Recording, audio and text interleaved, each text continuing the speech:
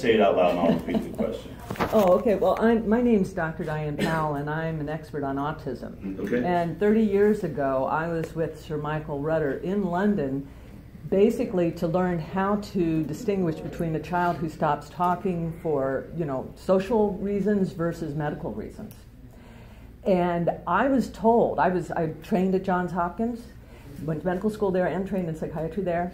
And I was told when I went into academia at Harvard that I would not have a career in autism because it was so rare. And so I instead devoted my career to Alzheimer's and dementia. And I got back into looking into autism about 10 years ago when I saw the numbers going up. And there are several pieces of this conversation that have not been included today because most people don't have the knowledge that I have, and I'm happy to talk to the press about it. One of the things that we do need to know is if you look there at synaptogenesis, anywhere when anything goes wrong in that is considered a neurodevelopmental disorder. And what is happening is that children, after they are born, they have their immune system inside of their brain. So we found out that about 10% of the cells in the brain are actually immune cells that get activated by chemical messengers from the periphery. They get activated because they play an instrumental role in the learning process. They're trimming back the synapses that are not supposed to be there. Well, what happens when you activate that immune system in the periphery? You're activating those immune cells. And so what's happening is that we're having children who are not only medically ill, but we have about 25% of kids in kindergarten who feel suicidal because their brains are so inflamed. And why is it that they all are getting labeled autistic? They're getting labeled autistic because the ages at which they are having their neurodevelopment disrupted are the times when they're learning to be social and they're learning language. So it's no big surprise that that part of the brain gets attacked. There are many, many reasons why this is happening now, and I'd love to talk to people about it. And in puberty as well. Yes, so exactly. That's why the adolescence. That's right. When all the growth, that's when all the empathy, that's when everything of the higher function develops. Boys are more prone to this because testosterone activates the microglia. And so so we are at most risk during the first 4 years of life if you're a boy, and then when you're pubescent. My case in the vaccine court, it was a normal 11-year-old who moved into this country, and the parents were told they had to give her a chickenpox shot to go to junior high.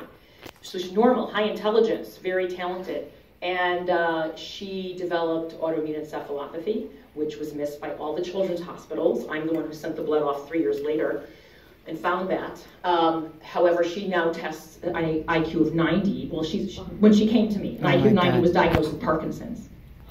Oh my God. She is getting better. We're doing all kinds of medical treatments and she's improving. But that was 3 years into her injury. So this was an 11-year-old that we saw regress. So you're right. It's the key developmental times really make a difference what happens to the brain.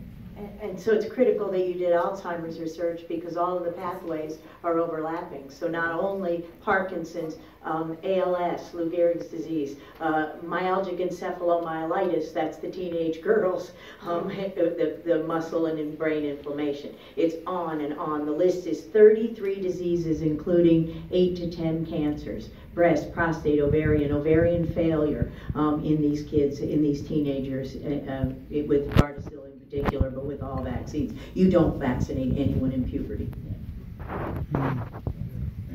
Thank you. Talk about the politics and why we get here. Dan Burton, as the chair of the House Oversight Committee, who's now Chaffetz, he has the whistleblower documents. Before that, he was a minority guy. His grandson got banged in the head by this crap. He's been fighting it for 2 decades until he left office. What is it we're up against that these people can screw us to the wall like this year after year after year and get away with it? Who are these people? Yeah, you could, so just for those that didn't hear, Dan Burton, you're asking, who was on the Oversight Committee of Government Reform, where Jason Chaffetz is, he would be the one that would have to subpoena Dr. William Thompson.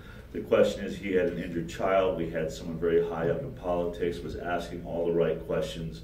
Why has that essentially gone nowhere? What are we actually up against? This is the question. So I want to answer that from the point of view of why journalists aren't covering it. I think that's why you're directing that question to me. Or, I mean, here's what's really interesting. You know, I've interviewed scientists at absolute name brand universities who say, I agree, there's absolutely something going wrong with this vaccine schedule, but I would be ninja kicked out of my position. And these are tenured scientists who say that. Right. If I spoke publicly about that. And then I sat next to an editor-in-chief of one of the most important newspapers on the West Coast, and we had a kind of a heart-to-heart conversation about it, and this editor said to me, that's what happened to my, I don't have children, but that's what happened to my nephew. I know that something is wrong. You know, yes, send us an op-ed, which then took, you know, 4 months to get published, and I don't know how much push that editor had to do in order to get that. It was an op-ed that Dr. Thomas and I wrote about. Basically, one of the messages that we have to the world is that people who have concerns about the vaccine schedule are not crackpots.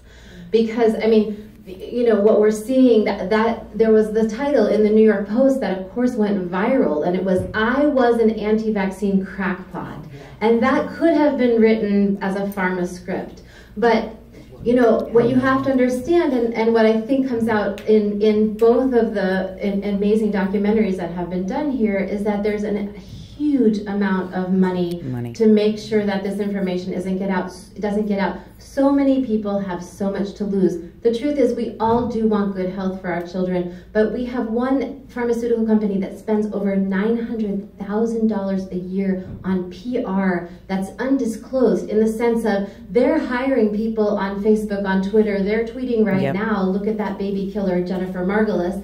You know, that's happening without disclosure. So it's very difficult because we're up against a broken system. We need to fix the system, and I think the first step is to ask for honesty and accountability. Can I also answer? The other issue is, and I interviewed a whistleblower in my film who opens up by saying, so he was a state fraud investigator for the state of Pennsylvania, and he was fired for investigating state fraud. Right. Because he was told, we don't investigate pharma. They pay both sides of the aisle, stand back. Right. That makes sense. Okay? So when you have committee leaders, you know, who, if you look at how much money they're getting from pharma for their next election, how much they got from last election, doesn't matter which aisle they're on. That's right. You know, I don't know who watches Veep, or, you know, I mean, there's some truth to that. Like, you know, 90% of the time, I think a lot of our politicians are basically just trying to acquire money for their next election.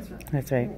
And why is it that when we go to meet with legislative people, it's the staffers? If we had money for them, I said to my husband yesterday, we should call ahead and say, we have a bag of cash for you. That's right. We have a bag of cash. Maybe you'll meet with us now. And they will. Mm-hmm. Because that's honest. I mean, unfortunately, that's the reality. It's expensive to run for office. Yeah. I think that's the problem. It is. I think the problem is that in order to run for office at the state level, and the reason chickenpox got mandated at the state level was Merck paid legislators $15,000 a day for the day, and we have a legislator who couldn't write good notes, so she went twice in Illinois, and to listen to their spiel about the chickenpox vaccine, and then they turned around and pushed the bill to mandate it for school. That's how that vaccine that I was told would never be mandated got mandated, and that is how it happens at the state level. But it is so expensive to run for office at the state level, at the national level, that without pharma dollars, it's not happening. No. And that's the problem. I'd like to add to that if I could. So we do have small victories, and I have a little bit of an interesting take because I used to do investor relations on Wall Street for biotech and pharma. And what we've seen in New York and in California is, and some people in this